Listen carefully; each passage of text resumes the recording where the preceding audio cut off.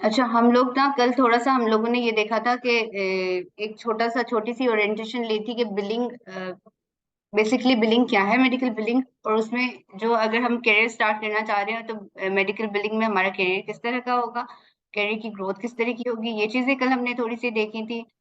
As a medical बिलर हमारा role क्या होगा और हम मार्केट में कितना ग्रो करेंगे। थोड़ा सा मैं ब्रीफली हिप्पा को टच करने से पहले कल की चीजों को रिवाइज करवा देती हूँ कि कल हमने ये देखा था कि बेसिकली मेडिकल बिलिंग ये होती है कि हम लोग रेवेन्यू साइकिल को मैनेज करते हैं किसी भी डॉक्टर का। ये एक यूएस बेस्ड कॉन्सेप्ट है मेडिकल बिलिंग का, जो कि अब दुनिया की बहुत सारी कंट्रीज में जो है वो आउटसोर्स हो रहा है, और डिफरेंट कंट्रीज जो है वो ऑफशोर कंपनीज के थ्रू काम कर रही है, सर्विसेज दे रही है यूएस के जितने भी प्रोवाइडर्स हैं। एक मेडिकल बिलर का या एक मेडिकल बिलिंग कंपनी में काम करने वाले का रोल क्या होता है कि वो बेसिकली सारे फाइनेंसेस को मैनेज करता है किसी भी डॉक्टर को, उसकी जो वो ट्रीटमेंट दे रहा है उस ट्रीटमेंट का क्लेम बना के इंश्योरेंस तक भेजने तक, उसकी पेमेंट को रिसीव करने तक, उसको पोस्ट करने तक, उसके जो भी डिनाइल्स होते हैं उनके ऊपर काम करके एक्शन परफॉर्म करके उनको पे करवाने तक का हर रोल जो होता है वो क्या होता है, एक बिलर का होता है। ठीक है। अब बेसिकली हमारा हम अगर मेडिकल बिलिंग इंडस्ट्री को ज्वाइन कर रहा है कोई भी बंदा एज अ फ्रेशर, तो उसको क्या स्कोप मिलेगा मेडिकल बिलिंग इंडस्ट्री में। एक, तो उसके पास प्रिडिक्टेबल वर्क आवर्स हैं, उसे पता है कि मेरे कितने घंटे काम करना है, क्योंकि हर जगह शिफ्ट के लिहाज से काम किया जाते हैं। दूसरा ये है कि डिफरेंट सेटिंग्स में काम कर सकता है, वो घर बैठ के भी काम कर सकता है, अगर उसके पास एक अच्छा इंटरनेट और कंप्यूटर है तो वो कहीं से भी काम कर सकता है। अगर वो एक्सपीरियंस बंदा है तो उसके लिए बहुत ईजी है कि वो घर बैठ के काम कर ले, ऑफिस सिटिंग में काम कर सकता है, कहीं भी दुनिया में कहीं भी बैठ के वो काम कर सकता है, उसके पास सिर्फ एक अच्छा कंप्यूटर और अच्छा इंटरनेट होना चाहिए। दूसरी बात है कि कैरियर ग्रोथ के लिहाज से अगर हम कहें तो बिलिंग इंडस्ट्री एक ऐसी इंडस्ट्री है जो कि जब इकोनॉमिकल डाउनफॉल, जैसे कि हम अगर पाकिस्तान को देखते हैं पिछले 12 महीने में हमारी जो इकोनॉमी की कंडीशंस हुई थी, उसमें जितना डाउनफॉल की थी हमारी इकोनॉमी, उस लिहाज से जब हमने देखा है कि पूरी दुनिया में डॉलर की प्राइसेस ज्यादा होने की वजह से परेशानियां हो रही हैं, जो मेडिकल बिलिंग इंडस्ट्री से वाबस्ता लोग थे, डॉलर की प्राइसेस जितनी भी हाई हुई हैं उनको ज्यादा फायदा हुआ है इस चीज का। Definitely they are earning in dollars, तो उनके पास डॉलर्स आ रहे थे, तो उन्होंने क्या किया है, इस इन्फ्लेशन की वजह से जितनी भी महंगाई हुई थी, इस इन्फ्लेशन गैप को रिड्यूस करने के लिए इन्फ्लेशन अलाउंसेस दिए हैं अपने भी जितने भी एम्प्लॉयज थे उनको। इसके लिहाज एक ये वाली बात। दूसरा, अगर हम बैक 2020 चले जाते हैं कि पेंडेमिक की वजह से बहुत सारे लोगों ने जॉब लॉस की, तो अब हेल्थ केयर इंडस्ट्री से चूंकि डील कर रहे थे मेडिकल बिलिंग वाले लोग, तो उस टाइम पे जब लोगों की जॉब्स जा रही थी, यहाँ पे काम का फ्लो ज्यादा आ रहा था, डेफिनेटली लोग ज्यादा बीमार होते थे, ज्यादा टेस्ट कराते, ज्यादा हॉस्पिटल जा रहे थे, तो काम का फ्लो जो है वो बढ़ रहा था।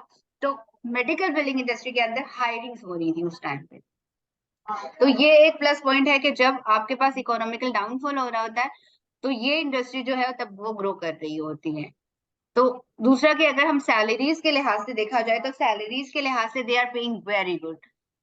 एक तो मार्केट से अगर देखा जाए तो मार्केट में बाकी जितनी भी ऑफिस सैलरीज दे रहे हैं, बेसिक सैलरीज जो है मेडिकल बिलिंग कंपनी ज्यादा दे रही है। बेसिक सैलरीज के साथ साथ बोनसेस इंसेंटिव्स हैं, इसके अलावा आपके जो है मेडिकल की फैसिलिटी दे रही है। मेडिकल तो ऑलमोस्ट सारी बिलिंग कंपनीज ही दे रही हैं, कोई ग्रोसरीज भी ऑफर कर रही है कि आपका राशन वगैरह वाला सीन हो रहा है। फिर आपके 5 डेज इन अ वीक काम हो रहा होता है, नॉर्मली 6 डेज नहीं हो रहा होता, सैटरडे संडे छुट्टी होती है, यूएस के हॉलीडेज होते हैं आपके पास।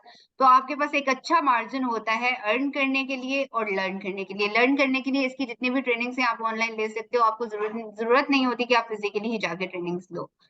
तो ये चीज आपको हेल्प आउट कर सकती है। ये हमने कल देखा था थोड़ा सा मेडिकल बिलिंग के हवाले से कि अगर हम एक फील्ड को सिलेक्ट करने जा रहे हैं तो एटलीस्ट हमें ये भी पता होना चाहिए कि उस फील्ड में हमारा क्या फ्यूचर है।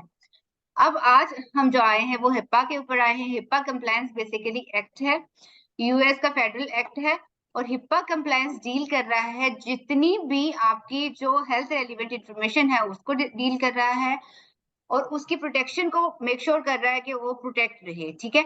हिप्पा जो था, HIPAA health insurance portability accountability act 1996 में प्रेसिडेंट बिल क्लिंटन ने इंट्रोड्यूस कराया था।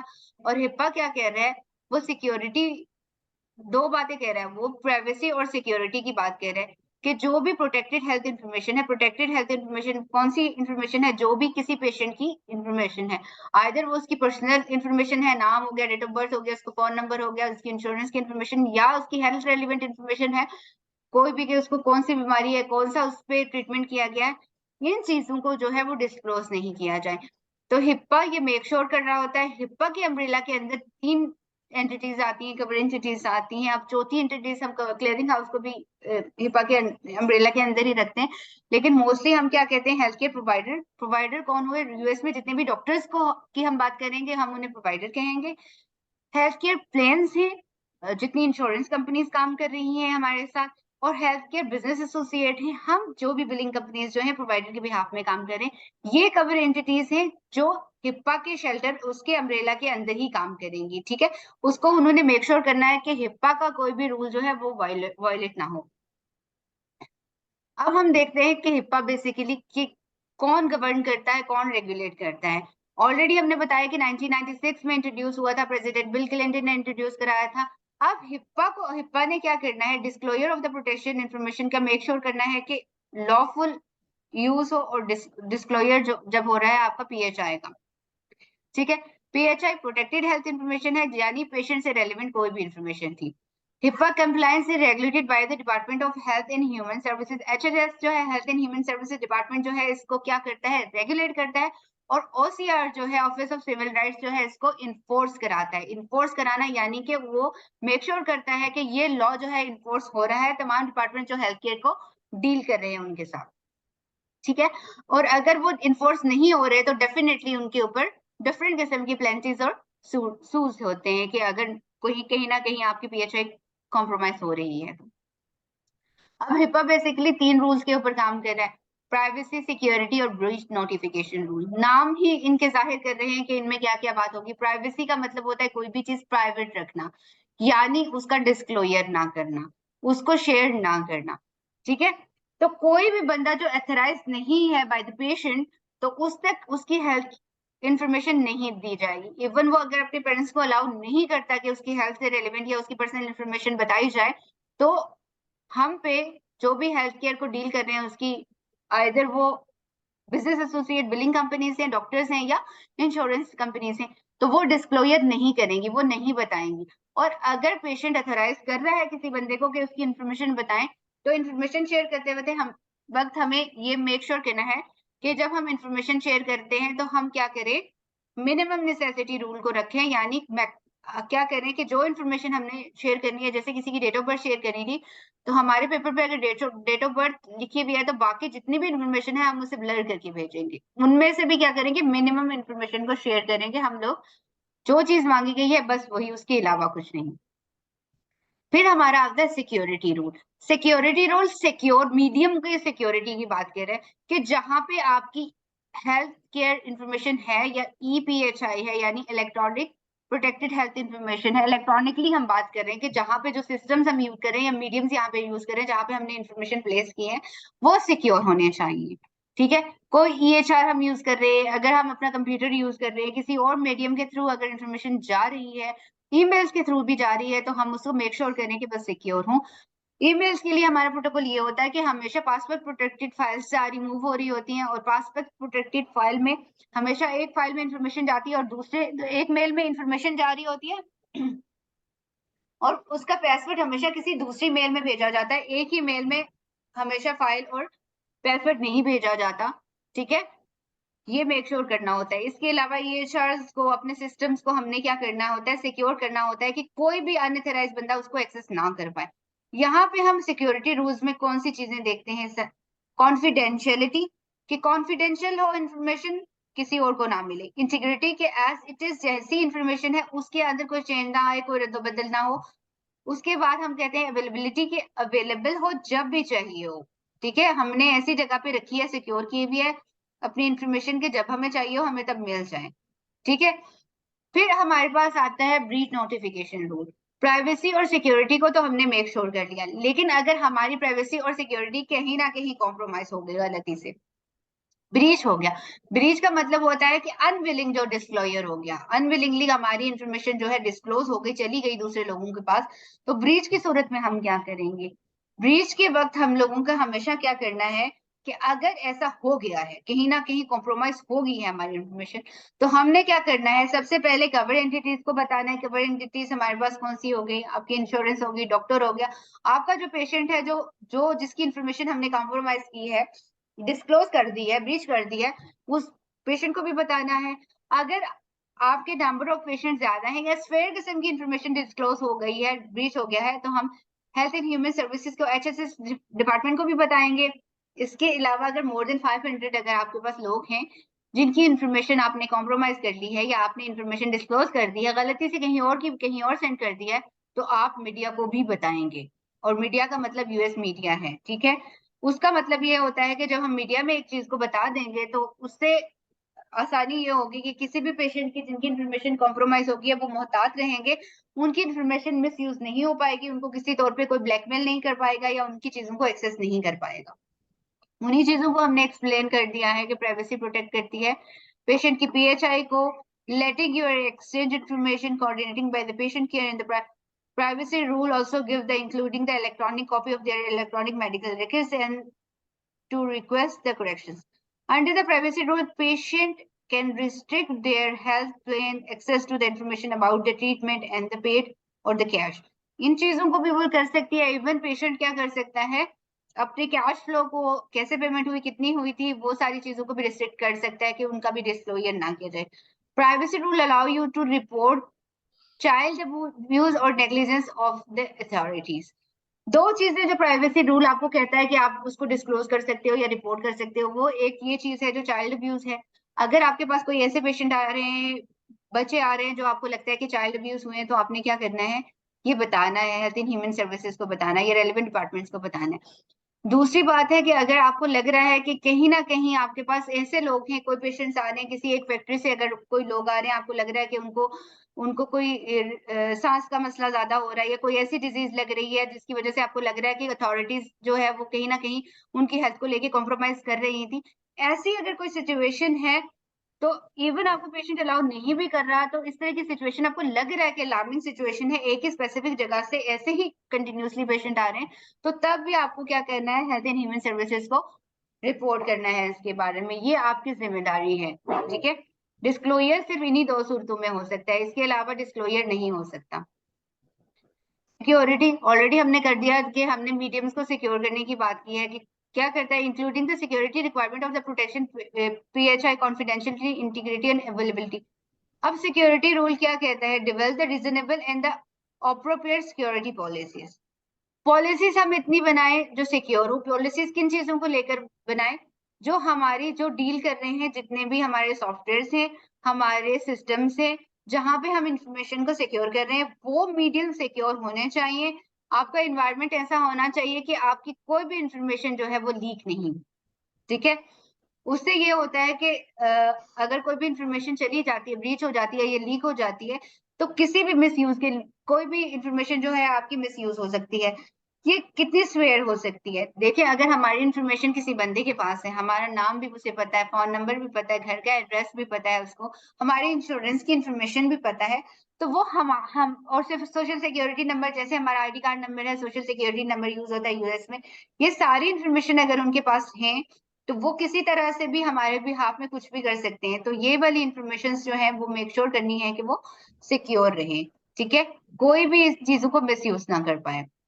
क्योंकि मोस्टली ये होता है कि कभी कभी इस तरह की इंफॉर्मेशन जो है वो, जो लोग इनके साथ डील कर रहे होते हैं, उनको कॉम्प्रोमाइज कर देते हैं, कि इंफॉर्मेशन शेयर कर लेते हैं या डिफरेंट वेबसाइट्स को बेच देते हैं। उससे ये होता है कि नॉर्मली हम लोग जैसे हमारे कॉल सेंटर्स में रैंडमली लोगों को कॉल्स कर रहे होते हैं, नाम फोन नंबर ये इंफॉर्मेशन देके, तो ये ऐसी ही इंफॉर्मेशन जो होती है वो लीक होके डिफरेंट वेबसाइट पे सेल की जा रही होती है, तो ये मिस यूज हो रहा होता है। अब हमारे हिप्पा ने ये मेक श्योर करना होता है कि इस तरह की कोई भी इंफॉर्मेशन जो है वो डिस्क्लोज ना होया करे। नोटिफिकेशन रूल का हमने पहले बता दिया कि ब्रीच नोटिफिकेशन रूल, ब्रीच की सूरत में क्या करना है, हमने मेक श्योर करना है कि हमारे जो भी रेलिवेंट, सबसे पहले तो हमारा जो पेशेंट है जिसकी इंफॉर्मेशन कॉम्प्रोमाइज हुई है, डॉक्टर हो गया, हेल्थ केयर इंश्योरेंसेज होगी, उनको बता दिया। और उसके बाद ब्रीच हमने क्या है, 60 डेज के अंदर रिपोर्ट करना ही करना है, इससे ज्यादा हमने नहीं लगाना है इसको। मेडिकल बिलिंग इंडस्ट्री के अंदर कोई भी जो छोटी सी जो नेग्लिजेंस है वो बड़ा डिजास्टर कर सकती है। अगर आपके पास से कोई छोटी सी भी गलती होती है फौरन अपने सुपरवाइजर को बताएं, आपको छुपाने की जरूरत नहीं है। किसी एक बंदे का बिल दूसरे में बन गया तो बताएं सुपरवाइजर को, वो उन चीजों को डील कर लेगा, रेदर देन के वो चीजें आगे जाके ज्यादा मसले क्रिएट करें। 60 डेज के अंदर हमने ब्रीच को नोटिफाई कराना होता है। हमने क्या करना होता है कि अगर मतलब छोटा अगर आपका ब्रीच है, ज्यादा बड़ा ब्रीच है मोर देन 500 इंडिविजुअल का, तो फौरन हम लोगों को एचएचएस को बताना होता है। एनुअली उसके पास ऐसे रिपोर्ट हो रहे होते हैं। फिर उसके बाद बिजनेस एसोसिएट्स को बताना है, जितनी भी बाकी कवर्ड एंटिटीज हैं उन लोगों को हम लोगों ने बताना होता है ये कि हमारा ब्रीच हो गया। हिप्पा की वॉयलेशन की सूरत में क्या होगा?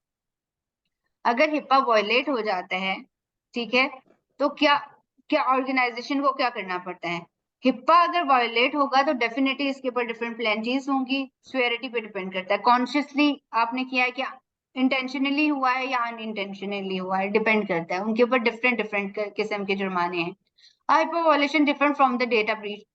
Not all the data breaches are HIPAA violation. A data breaches become the HIPAA violation when breach is the result of the ineffective, incomplete and outdated HIPAA compliance program. अगर हमने हिप्पा की आउटडेटेड कंप्लायंट प्रोग्राम है या हम सही से इसको enforce नहीं करें, ऑर्गेनाइजेशन के अंदर कॉम्प्रोमाइज हो रहा है हिप्पा, तो इसकी ये वायलेशन हो रही है। ठीक है, हम कह रहे हैं कि अगर हमारा ऐसा डेटा है जो छोटा डेटा है, मतलब इतना ज्यादा कुछ नहीं था, वो अगर निकल गया तो उसको, जैसे हमारी डेट ऑफ बर्थ में से हमारा मंथ और डे जो है वो ब्रीच नहीं होना चाहिए।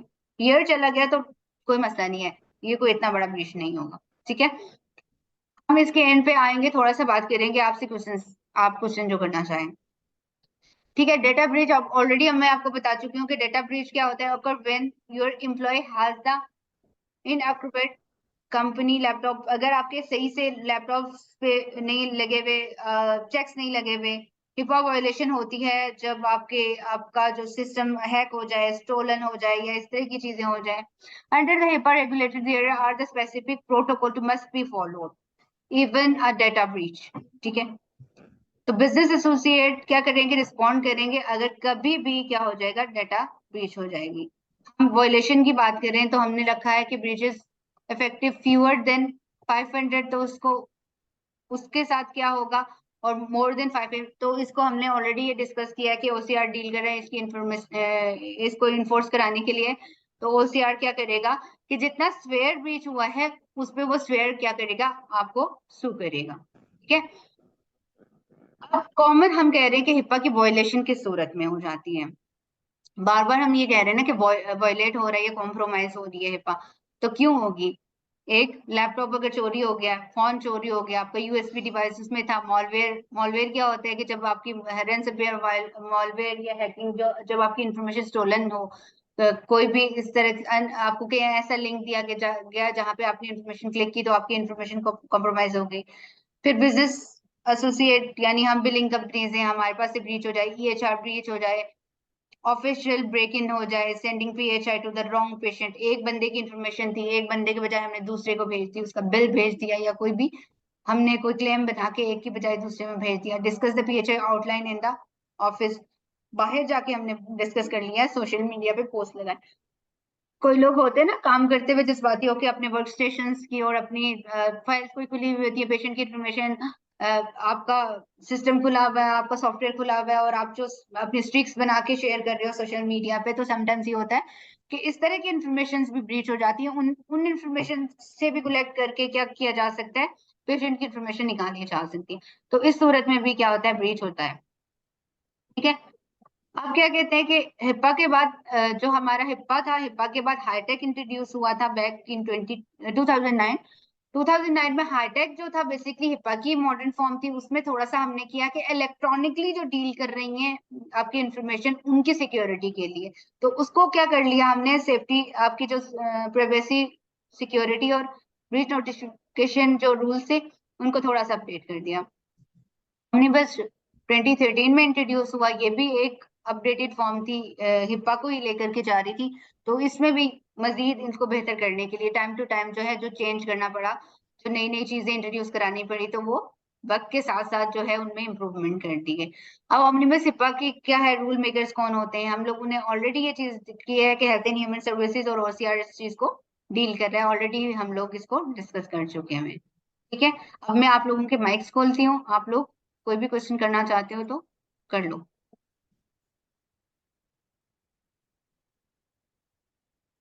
जी काशिफ।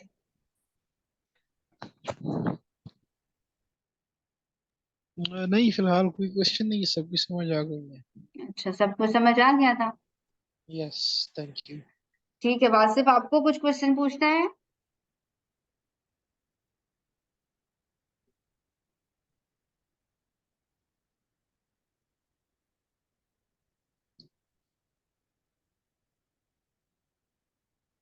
कल हम बाकायदा रेवेन्यू साइकिल के ऊपर चले जाएंगे, हम देख लेंगे कि रेवेन्यू साइकिल कैसे चल रहा है, बिलिंग का, जो बेसिकली बिलिंग की चीजें होती हैं। आप हिप्पा के बारे में नहीं, मजीद से सर। हाँ जी।